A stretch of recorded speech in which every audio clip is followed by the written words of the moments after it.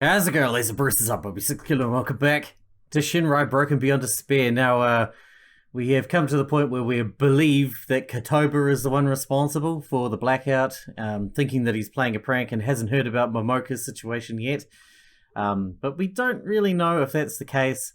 It sounds plausible, but cutting the phone doesn't sound very plausible. And how did he lock the door when he doesn't have a key, and etc. etc. There's a lot of holes in this story so far. So obviously, we might be thinking along the wrong lines. But we'll see. We'll see. Since there was nothing else to do, I closed my eyes and tried thinking about this again. It was true. The timing of Kotoba's disappearance and the occurrence of the second power outage fit together perfectly. And there really wasn't anyone else who could have gone down there to cause it, right? The blackout had occurred when Barachan, Rai, Carmen, and I had been on the second floor. Hero had been there as well, inside the guest room. Mika, Rooner, and Taiko had confirmed that they had all been together inside the dining hall when it happened, so that really only left Kotoba. Nevertheless, I couldn't help but think that there was something odd about all this. It couldn't be that simple, could it? First of all, there was still the mystery with the door. How would Kotoba manage to lock it without Rai's key? And why would he even lock himself up there anyway? Switching the lights off was a nice prank and all, but what exactly did he have to gain from this? Was he really sitting in that dark, cold breaker room right now giggling to himself because he didn't have any light? Wasn't that kind of strange? Kotoba wasn't a prankster type like Mika. Everything he did was the sole purpose of somehow getting closer to a girl. So doing something like this was kind of out of character for him? And then there was something else that was bothering me. The phone in the reception. Cutting the cord was going too far for a prank, and there was no way Kotoba could have done it. According to what we heard from the others just now, he'd left the dining hall shortly before Mika and Rooner had returned to it. By then, we'd already found the phone, so someone else must have destroyed it. Plus, it was cleanly cut, which means you'd have to at least use a pair of, like, kitchen shears or something. Or a pair of pliers. And someone had certainly done it to prevent us from making any phone calls. So wouldn't it seem only logical that the same person would also try finding a way to keep us from using any other phones as well? But in that case, the one behind the current power outage must have been someone other than Kotoba, right? I guess the big question right now was there a connection between the reception phone and the second power outage? Or were each of those unrelated, and the work of two entirely different people for two entirely different reasons? Curses, maybe I was overthinking all this. Anyway, we were probably going to have some answers soon, so I decided to simply wait for Rai and Taiko to return, while trying to comfort my poor little scaredy cat. I hadn't paid attention to the time, so I couldn't say how much had actually passed, but it only felt like a handful of minutes when the sliding doors opened again. Well, we're back. Just the two of us. Yeah. Sighing, Rai and Taiko moved toward the dinner table and sat down again. We could already tell from their faces that they didn't bring any good news. So first we checked the restrooms, but he wasn't there. After that we headed to the basement. I knocked on the breaker room door and told him to open up, but I didn't get a reply. I kept trying, telling him about Momoka, but still nothing. Not a sound. In the end, I even tried breaking the door in, but that obviously didn't work out well. You're nuts, you know. That door's made of metal. The only thing you could have broken was your bones. Yeah. Anywho, I'm honestly having my doubts he's inside there. Huh? Why? Couple of reasons, but most of all is very unlike him. I know he's a fool. I know he does a lot of really stupid stuff, but this? Locking himself up inside the basement? It's pretty damn cold down there, I can tell you that. If he's actually sitting there in the cold and the dark, he's giving himself an even harder time than us with this prank. As long as there's no cute girls waiting for a reward, he wouldn't go through all this trouble. And speaking of cute girls, I mean, he's got a thing for nearly every girl in our class, but Momoka's always been number one on his list. So he definitely would have come running out of there the instant I told him about her. But he didn't. But if he ain't inside there, who is? I mean, someone's gotta be. Or was it a ghost after all? Raiko-chan said she left the window open, so it'd be perfectly possible for someone to sneak in from the outside, correct? So you're saying that a stranger's behind all this? I honestly have no idea. But do you have a better explanation? Not really. And since we can't get inside the breaker room, I guess there's no way of finding out, huh? So what are we gonna do now? I'd say put this whole issue aside for now. I've been thinking more about everything you told me. And there are quite a few things bothering me. So since we can't do much else right now, I'd like to ask you some more questions. Well, sure. Go ahead. First of all, the phone and reception. You said someone broke it. Are you sure that was intentional? Or maybe to just fall off the counter? Didn't I tell you? The cord was cut. Clean. Probably with a knife or something. Unless that's what happens when a phone falls on the floor, I'd say someone cut it intentionally. Yes. I can confirm that. Ain't no way it just fell off and ended up like that. No way in friggin' hell, man. Alright, alright. I just wanted to make sure. Any idea when that might have happened? Well, I'm pretty sure it was still intact when Raiko-chan and I had arrived here. I think. It was. When I fetched one of those pamphlets for you two, the phone was still sitting on the reception desk. I'm 100% sure of that. I see. So it happened sometime after Raiko-chan and Nobara-chan arrived here. But who did it? This ain't one of your pranks, Mika, is it? Mika has nothing to do with this. Mika didn't destroy any phones and any receptions, although Mika is admittedly quite ashamed of herself for not having thought of it. Come on, this ain't funny. Aku. Well, if we assume that Gaikoku-san is the one currently behind the current blackout, then it must have been him, correct? I guess that'd make the most sense. I wonder about that. So Taiko had realized it as well, huh? But it seemed as though he and I were the only ones. Anywho, that's all I wanted to know about the phone. Next, I'd like to talk about Momoko. I still can't get over the fact that she would commit suicide, so I was wondering. Any of you have any idea why she would do something like that? Did she act weird in the last few days? Or did she show any signs of suffering from depression or anything like that? I guess only Hiro and Carmen would know about that. Momoko seemed perfectly fine to me. No different than usual. And definitely not like she was emotionally unstable or depressed. On the contrary, even though she was shy and quiet, she always seemed like a really happy girl. It doesn't necessarily mean anything. No, it doesn't. A lot of people who seem like the happiest on earth commit suicide. And only then, when it's too late, did it turn out that they had been suffering from severe depression for a long time. I guess so. Like I said, better ask Carmen or Hiro about that. Speaking of Hiro, there was that whole fight between him and Momoko. Don't you think that might have something to do with it? I mean, she seemed really pretty distraught after it. Well, I could understand her running off and wanting to be alone for a bit, but committing suicide? Seems a little extreme. Who knows? Judging from what they said, it wasn't the first time they'd argued like that. But maybe it was the final straw. I guess it's also something only Hiro would be able to fill us in on. So there was no real point in speculating about it. He wouldn't be honest about it anyway. But even if Bara-chan's assumption was right, then... So what you're saying is that basically Momoko committed suicide as a result of that argument? Yes. That was one argument too many and... well... she couldn't take it no more. I don't know. That would mean her suicide is a spontaneous act and not planned beforehand, something which I find rather unlikely given what we know so far. Then again, even if it was planned, there are still a lot of things that just don't seem to add up. Indeed, no matter how you look at it, all the circumstances surrounding Momoko's suicide seem rather bizarre. Her behaviour in general did. It was strange to think that she just ran up to the second floor, into the only unlocked guest room, attached a rope to the ceiling and hanged herself. In complete darkness. I mean, just how had she managed to accomplish this?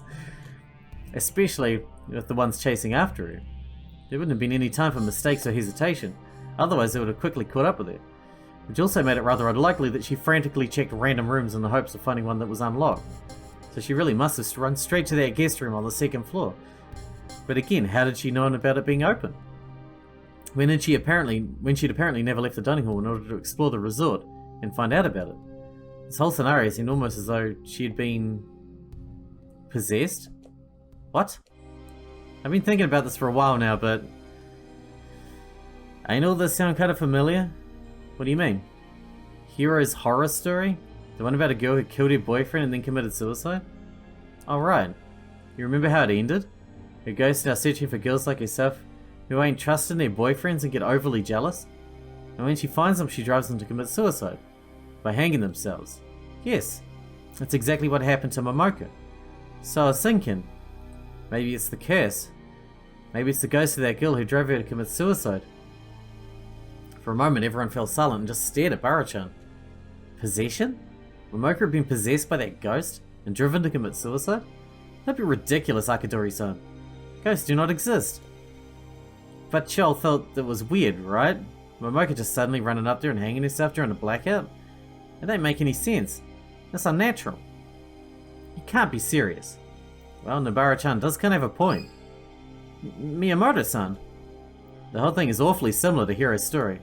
And you know, considering all those other strange, inexplicable things, maybe this is really the work of some ghost. Well, that means that Hiro probably did it, and he told that story beforehand so he could have a scapegoat for murdering you.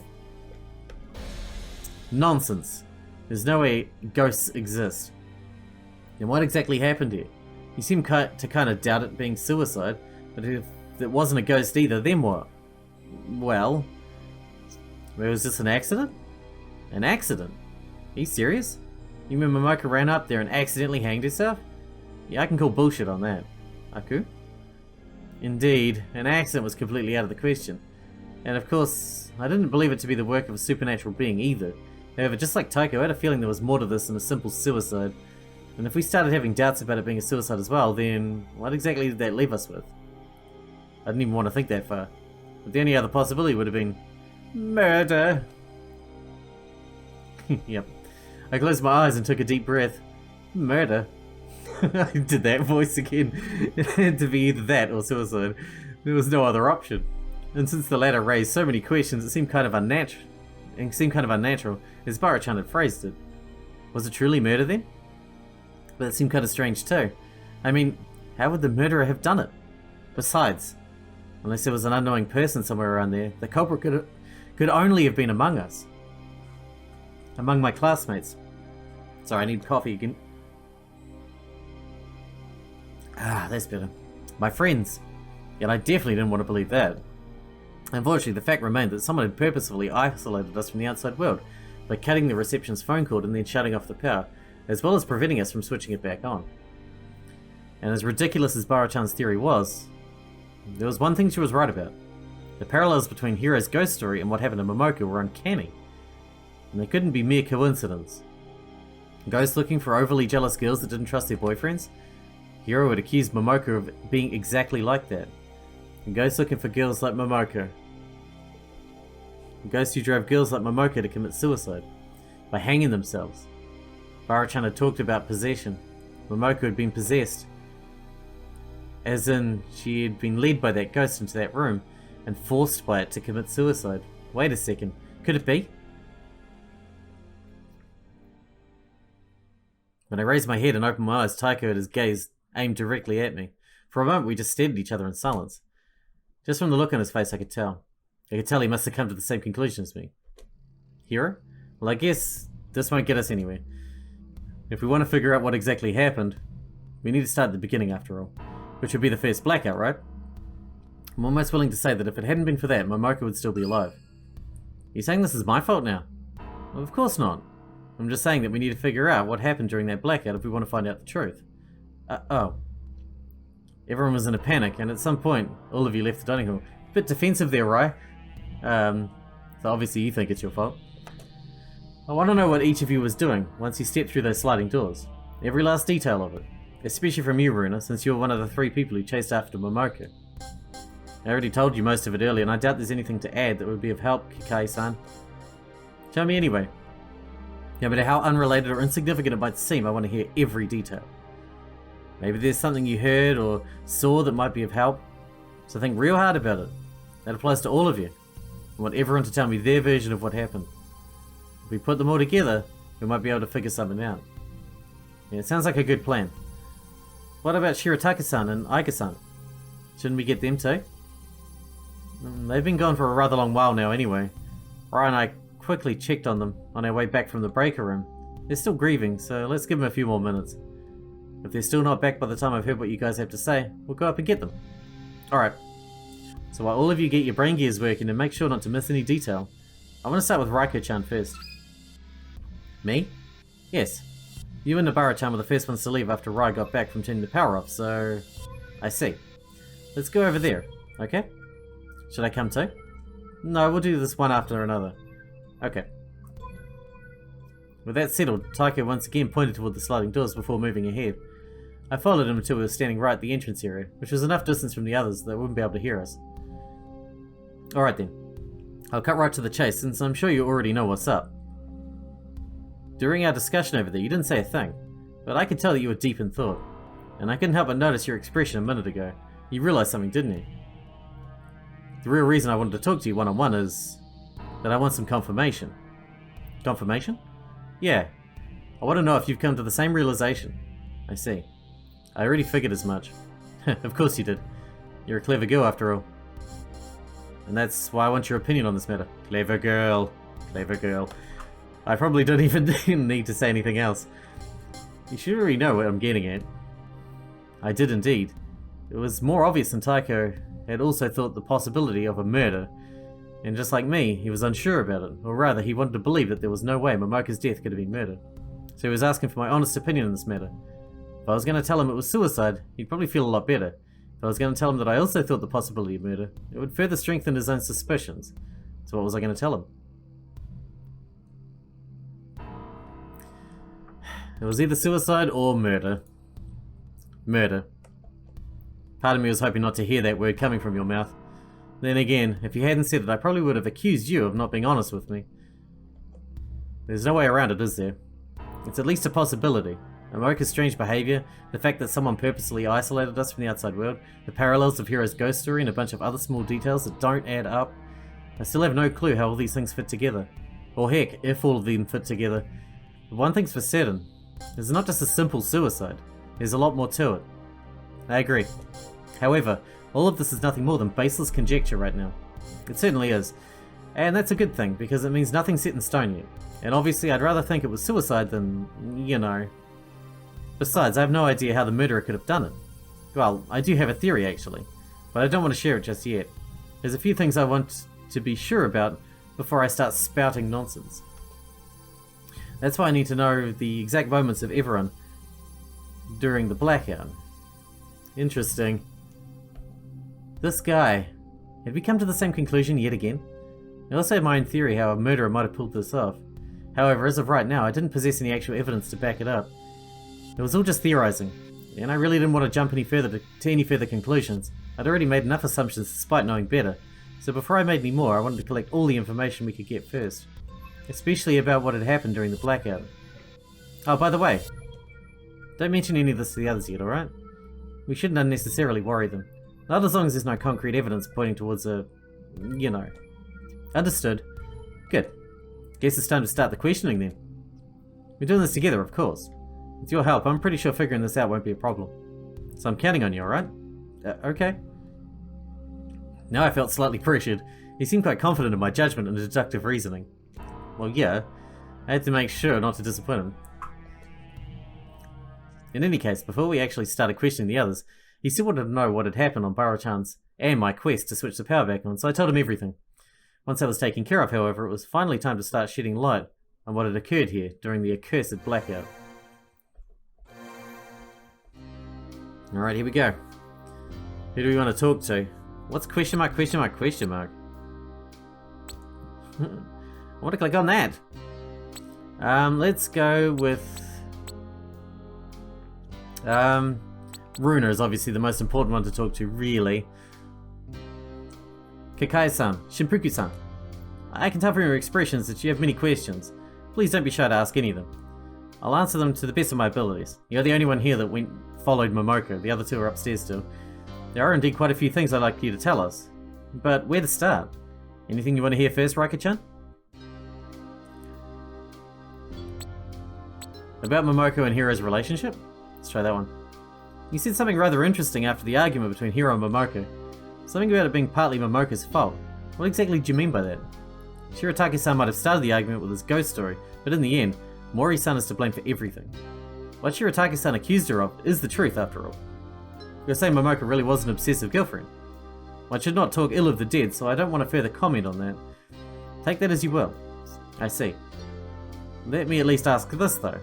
How would you even know what Hiro accused her of is truth? I honestly never got that impression of her. It's due to some personal confrontations I had with her. Let's just say she didn't seem fond of me talking to Shirataki-san. So Momoko had gotten jealous whenever Rooner had tried talking to Hiro. But she liked Hiro, so that makes sense. What if Hiro accused her of is in fact true? I guess it put a lot of strain on their relationship. You think that's the reason for, well, you know. I cannot see any other reason, to be honest. Mori-san was a very shy and introverted person. She seemed extremely attached to the few people close to her, to Aiga-san and Shirataki-san. So if she got the idea that one of them betrayed her, that Shirataki-san cheated on her in some way, or that he didn't reciprocate her feelings anymore. I think it's quite plausible that she might have committed suicide because of that. It's probably just like Akadori-san said. That argument must have been the final straw to convince Mori-san that Shirataki-san was tired of it? Maybe. I guess it was beyond dispute that the relationship between Hiro and Momoka was a core element of what had caused tonight's events. However, I still wasn't sure it was as simple as Rooner had made it out to be. I really would like to have heard more about their relationship in detail, but I guess I'd have to wait until Hiro and Carmen finally got back. It happened during the blackout. As you might remember, Aiga-san and I tried to calm Mori-san down after their fight with Shirataki-san. After you and Akadori-san had left, Miyamoto-san came over to us so we could set our plan in motion. Of course, she was surprised to hear Mori-san crying. But just when I was about to explain the situation to her, we suddenly heard the sliding doors open again.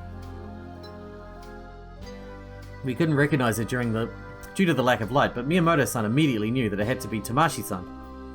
She yelled after her, but Tamashi-san wouldn't listen and simply ran off. While I was still confused as to what was going on, Mori-san suddenly pushed me aside and ran off herself. Yelling after her also proved to be rather pointless. Since she was extremely concerned about her friend, Aiga-san immediately decided to follow. I was quite worried about Mori-san myself, so I followed her as well, as did Shirataki-san. So the three of them had left your dining hall to chase after Momoka, while Rai, Kotoba, and Taika would stay behind. This was nothing new. What followed next, however, was going to be of the utmost importance. There was a bit of moonlight illuminating the corridor, but it was still pretty dark, and our field of vision therefore rather limited. If Mori-san had run down the corridor, she had already been swallowed by the darkness. I quickly checked the kitchen, since it's located opposite the dining hall, but she wasn't there.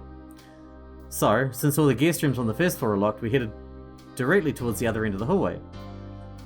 While Aiga-san and I checked the restrooms, Shirataki-san went to the reception, but Mori-san was nowhere to be found. So she could only run up or downstairs. Yes. We knew Shinpoku-san and Akadori-san were in the basement, so Mori-san would have run into them. That's why we decided to check the upper floors instead. I see. How fast were you moving, by the way? Well, as fast as it was possible. Of course, we had to be careful due to the darkness, especially when climbing the stairs. And in my case, my kimono rather restricts my freedom of leg movement, so I couldn't run all too fast. That's actually why Shirataki-san and Aiga-san ran ahead. Oh? So you actually didn't stick together? No. To be honest, when I reached the second floor, I wasn't quite sure if they were there or if they directly headed for the third floor. I quickly realized that it must have been the latter. However, as I did not come across them when I walked to the far end of the hallway. All the while calling out for Mori-san, of course, but never getting a reply. Did you see if the guest room, where we later found Momoka, was already open at that time? Like downstairs, there was a bit of moonlight falling into the corridor, but it was still fairly dark. I did not pay special attention to any of the doors. After all, they should all have been locked anyway. That said, however, it must have been open. What makes you think that? Well, when the lights went back on and I turned around, I could see Aiga-san and Shirataki-san at the other end of the corridor near the staircase. They must have just come back from the third floor. It was then that I noticed that one of the guest rooms was open, which quite surprised me. The three of us headed towards it and, well, that was when we found her. So that was what had happened upstairs during the blackout, huh? Would have loved to immediately compare Rooner's story to Carmen and Hiro's versions of it, but I guess I would have to wait for a while a little longer. I definitely had to make sure to keep all this in mind though. It certainly opened doors for some very interesting theories. And question marks? I guess we can only get that after we've talked to other people. I understand. If there's anything I can do to help you, however, please let me know. We will. Thanks. So that's a cross-reference, is it? Maybe you have to do it in a certain order, because she's not on the list anymore, is she? Oh yeah, she is. Right there. Okay, so we have to come back and forth, I guess? We'll just do the whole list from start then. So you want to talk to me? Alright then. What do you want to know? About Kotoba? That's the main question. That idiot. I can't believe he lied to me. Just what the hell is he thinking? Vanishing like that. Why does he always have to pull this kind of crap? I hope he's alright. I'm really worried about him. He wasn't with Carmen and Hiro when Rai and I checked on them. He's not in the restrooms either. And he couldn't have left the resort since Rai locked the entrance, so where the heck could he be? Are you really sure he's not inside the breaker room? That seems to be the only possible answer. Well, of course I can't be 100% sure, but it just wouldn't make sense. He's done some really stupid things in the past, but whenever he went too far and I told him to stop, he listened. So it's weird he wouldn't reply to me. Besides, I mentioned the whole thing about Momoka. At least that should have caused him to get out of there, like, instantly. Nevertheless, he must be in there. Where else could he be? Hiding somewhere else in the dark? Did that make any more sense? I guess not. But if he's really in there and he isn't replying to me, that worries me even more.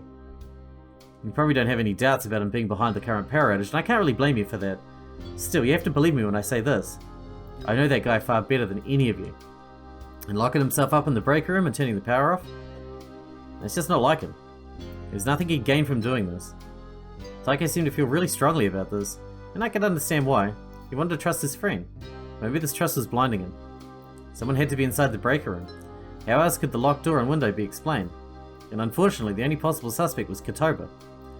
I guess it really was weird that he wouldn't answer his friend and come out, not even after hearing about Momoko. But maybe he was just thinking it was a lie to lure him out? Or maybe there was something preventing him from replying. Or maybe he did have something to gain from doing this. About Kotoba and Momoko? So earlier you said that Kotoba's interested in Momoko, right? Well, you know him, he's interested in everyone. There's really nothing he wants more than a partner to hook up with. And he's so desperate he'd do literally anything to achieve that, as well as settle for anyone, whether it's a girl or a boy. But when it comes to his actual dream partner, Momoko, no doubt. After she got together with Hiro, he kinda gave up on her a little. But before that, oh boy, he would write her dozens of love letters, try asking her out every day, and even make her little handmade gifts and such.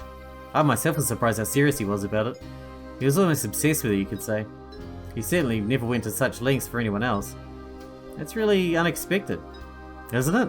It made me feel really bad for him getting rejected every single time, and on top of that, Momoko eventually ended up with Hiro.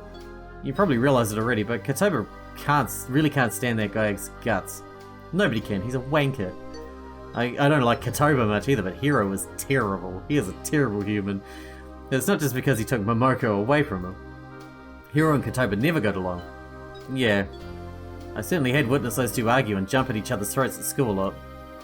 Hiro was exactly the kind of guy Kotoba couldn't stand, and Kotoba was exactly the kind of guy Hiro couldn't stand.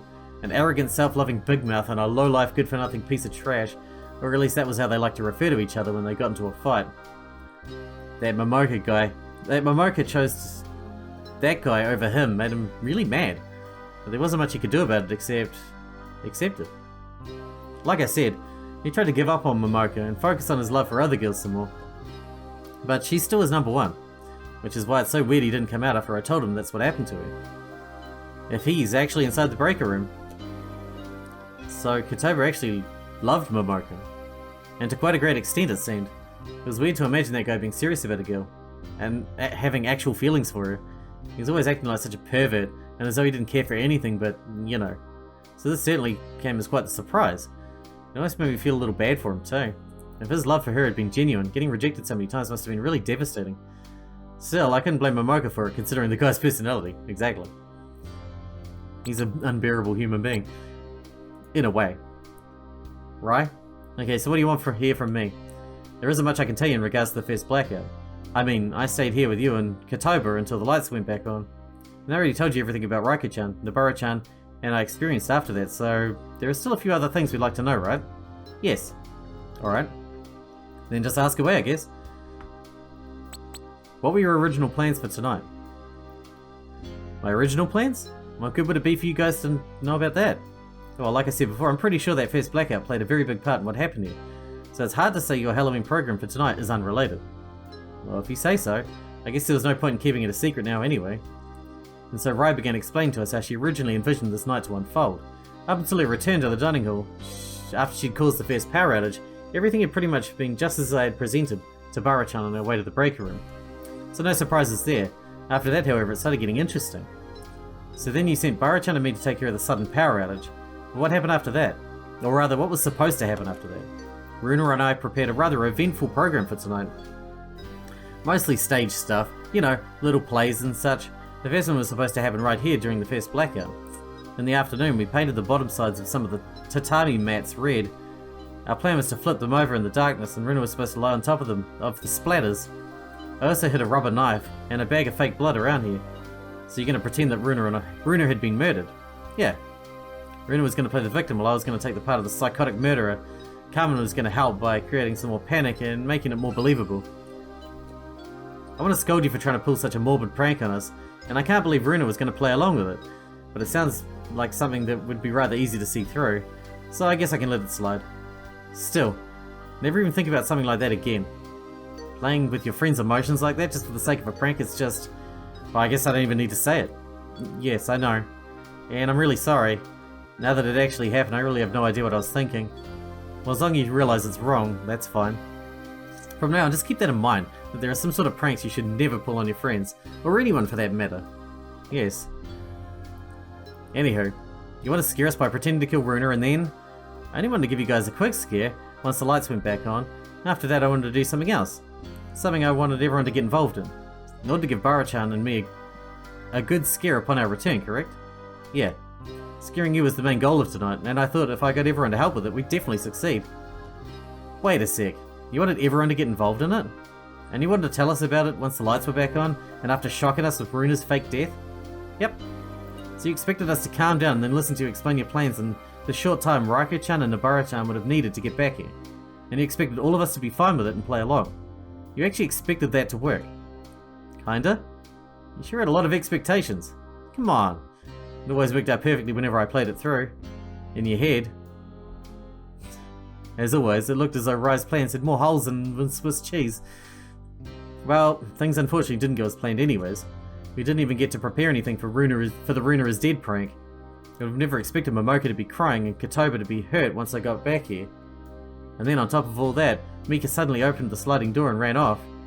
And shortly afterwards, Momoka followed. And then Carmen, Rooner, and Hiro as well. You already know the rest of the story.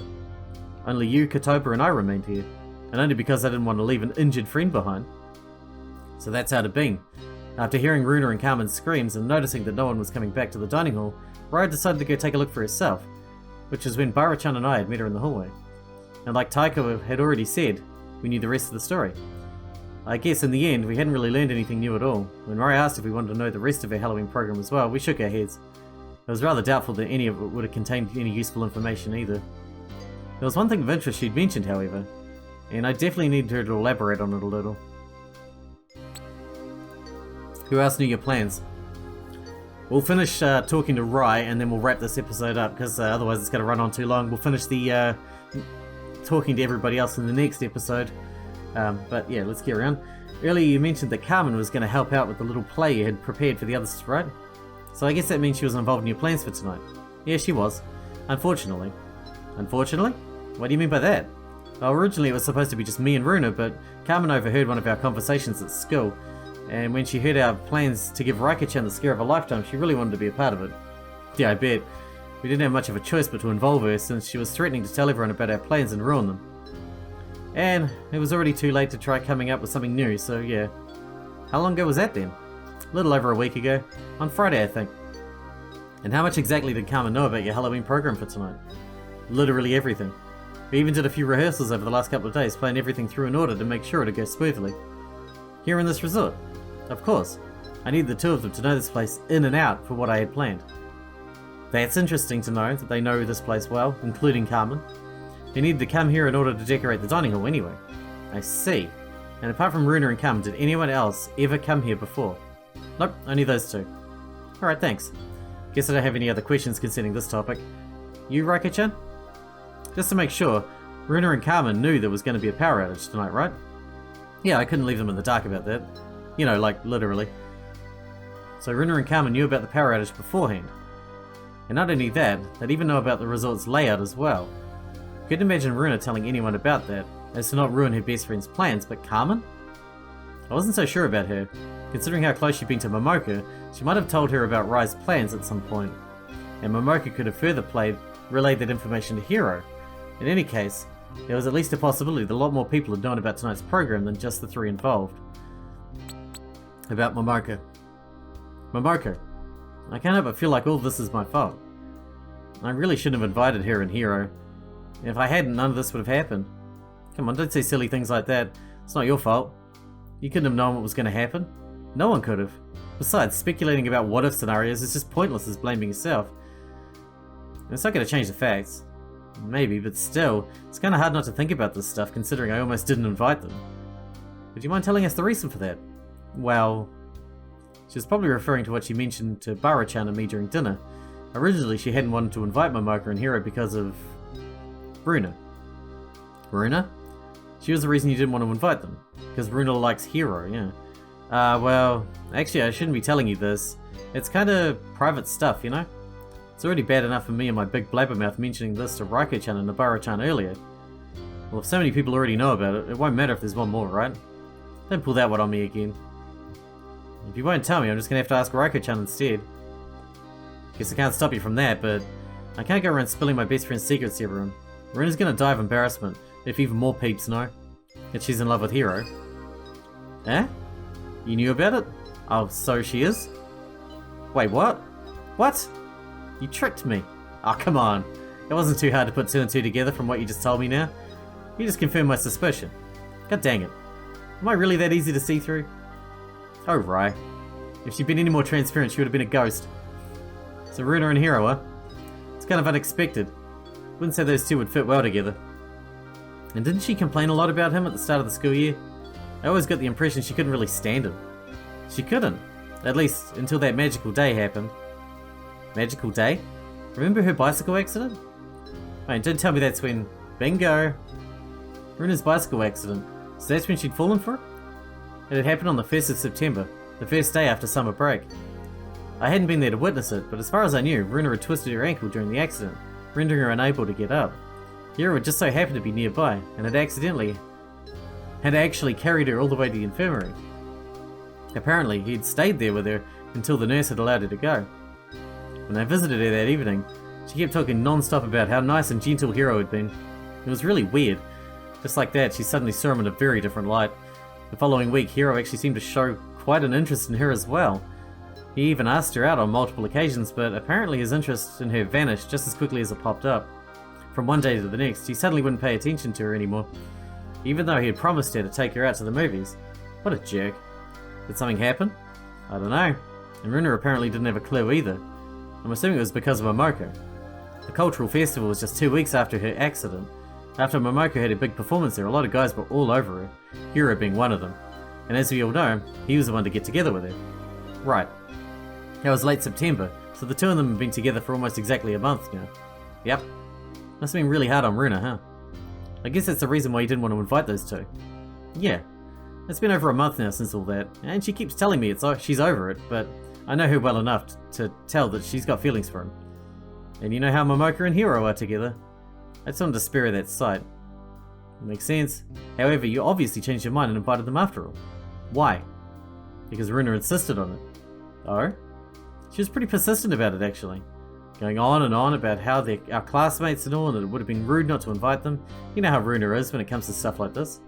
So you just gave it and invited them. This is painting Rooner in a very bad light. She knows the layout. She did the rehearsals here. She's got a vendetta against Momoko. You know?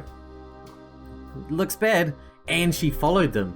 She was one of the ones that chased them. Chased Momoko up to the second floor. But she separated from the other two, so she was alone. Before the body was discovered. Ooh, doesn't look good. Yeah, I see. So the only reason Momoko had even been here tonight was due to Runa's insistence. That certainly was quite an interesting little fact. Taika didn't even need to say a word when he looked at me. It was obvious that we had to talk to Rooner about this topic personally. Anyway, I really shouldn't be telling you more. That's all you get out of me. That's fine. You weren't exactly stingy with details, so there's nothing left to ask. On the contrary, you told us a lot more than I could have ever asked for.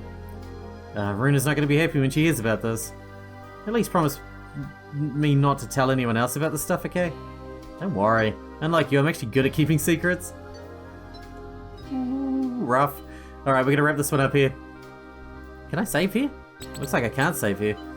Let's just jump back into Rooner. And go about Hiro. And I'm going to save here, I think. I can? Yes, I can save here. And we'll come back and finish this conversation in the next one. It looks very bad for Rooner. She was alone when Momoko got killed. She had a motive to kill her. She knew the layout of the place. She knew the light was going to be out anyway. She knew everything. Anyway, I guess we'll see what happens. Hope you guys enjoyed it. Thanks for watching. Thanks for getting out with me, and I'll see you in the next one.